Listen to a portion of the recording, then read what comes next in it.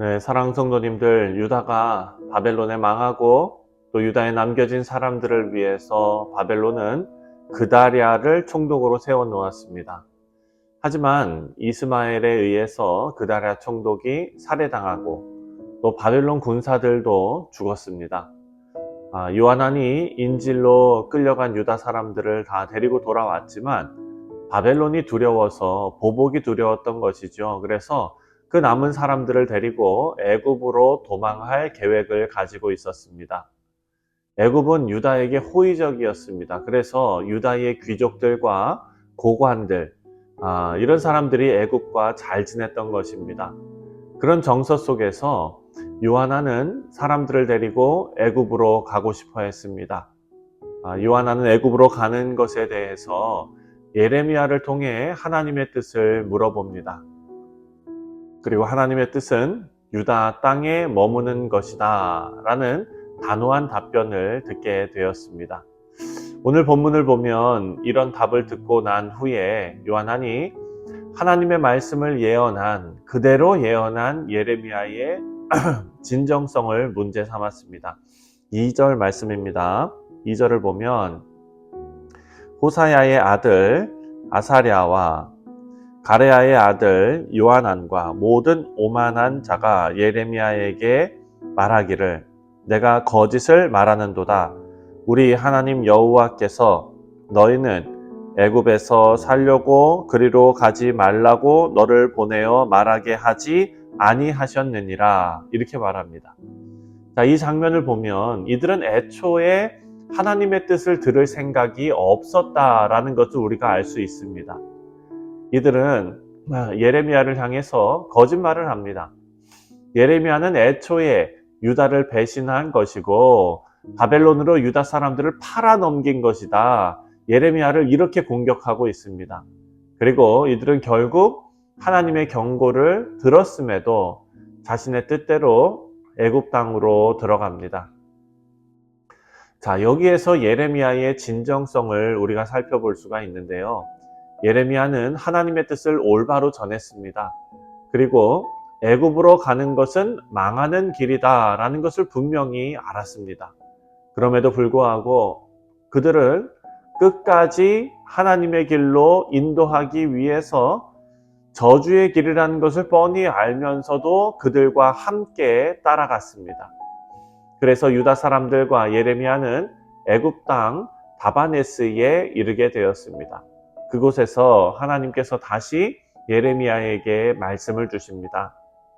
이번에는 상징적인 행동을 통해서 하나님의 뜻을 보여주시는데 큰 돌들을 벽돌 밑에 진흙으로 감추고 또 그 돌 위에 큰 장막을 치게 된다라는 내용입니다. 10절 말씀입니다. 10절을 보니까 그리고 너희는 그들에게 말하기를 만군의 여호와 이스라엘의 하나님께서 이와 같이 말씀하시되 보라 내 종 바벨론의 느부갓네살 왕을 불러오리니 그가 그의 왕자를 내게 감추게 한 이 돌들 위에 놓고 또 그 화려한 큰 장막을 그 위에 치리라. 자, 이 말씀은 상징적인 행동입니다.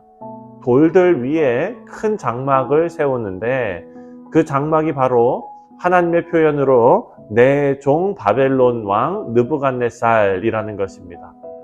자, 사랑 성도님들, 유다의 남은 사람들은 너무나 인간적인 생각으로 가득 차 있었습니다. 자신들에게 우호적인 애굽이 자신들의 피난처가 될 것이라고 믿었습니다. 오늘 우리가 묵상한 43장의 핵심이 바로 이것입니다. 하나님의 통치는 우주적입니다. 하나님의 심판은 피할 수가 없습니다. 애굽이 그들을 하나님의 심판으로부터 보호해 줄 수 없다는 것입니다. 이들은 이런 진리를 다 거부하고 인간적인 짧은 생각으로 하나님의 뜻을 교만하게 거절했습니다. 하지만 하나님께서 예레미야를 통해 상징적으로 보여주신 것처럼 하나님의 뜻은 반드시 이루어지고 인간은 하나님의 뜻에 순복할 수밖에 없다라는 것입니다. 하나님을 섬기며 사는 우리 모두에게 가장 중요한 것은 바로 하나님의 뜻입니다.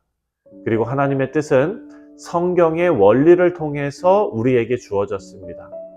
그래서 인간이 할 수 있는 가장 현명한 판단은 나의 계획을 성경의 원리에 맞추는 것입니다.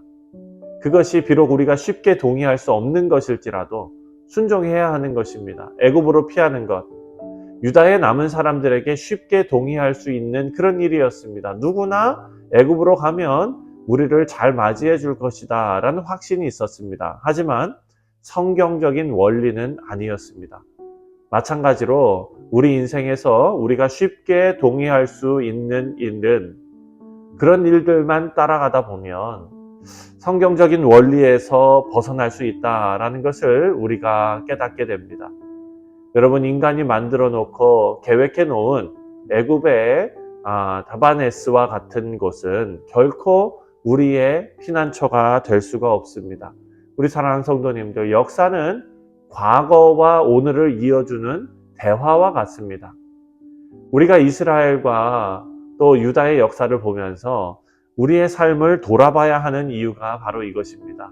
과거를 통해 배우지 못하면 스스로 우리의 미래를 망치게 되기 때문입니다. 11절 말씀을 보면은요, 그가 와서 애굽 땅을 치고 죽일 자는 죽이고 사로잡을 자는 사로잡고 칼로 칠 자는 칼로 칠 것이다, 이렇게 말합니다.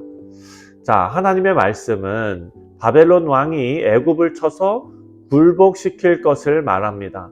사실 이런 경고는 유다가 망하기 전에 유다의 선조들에게 계속해서 주셨던 말씀입니다.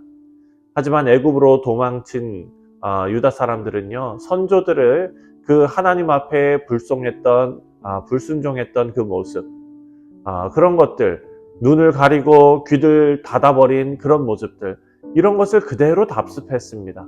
그리고 그런 불순종이 되물림되고 점점 더 심해져서 하나님의 심판의 날에 칼과 전염병 그리고 포로로 끌려가는 극단적인 수술을 하나님께서 직접 시행하셔야 됐습니다. 오늘 말씀에 나오는 유다에 남아있는 사람들의 문제는 그들이 직접 겪고 보았던 유다의 비참한 과거 역사를 그들이 직접 보고도 그것을 교훈 삼아 자신들의 미래를 여는 통로로 삼지 못했다는 것입니다. 하나님께서는 더 나은 미래와 더 복된 일들을 우리 인생에 준비해 놓으셨습니다. 우리 사랑하는 성도님들, 우리는 하나님의 뜻을 따라서 과거를 통해 배우는 지혜를 가지고 과거를 통해 미래를 여는 복된 인생들이 되어야 합니다.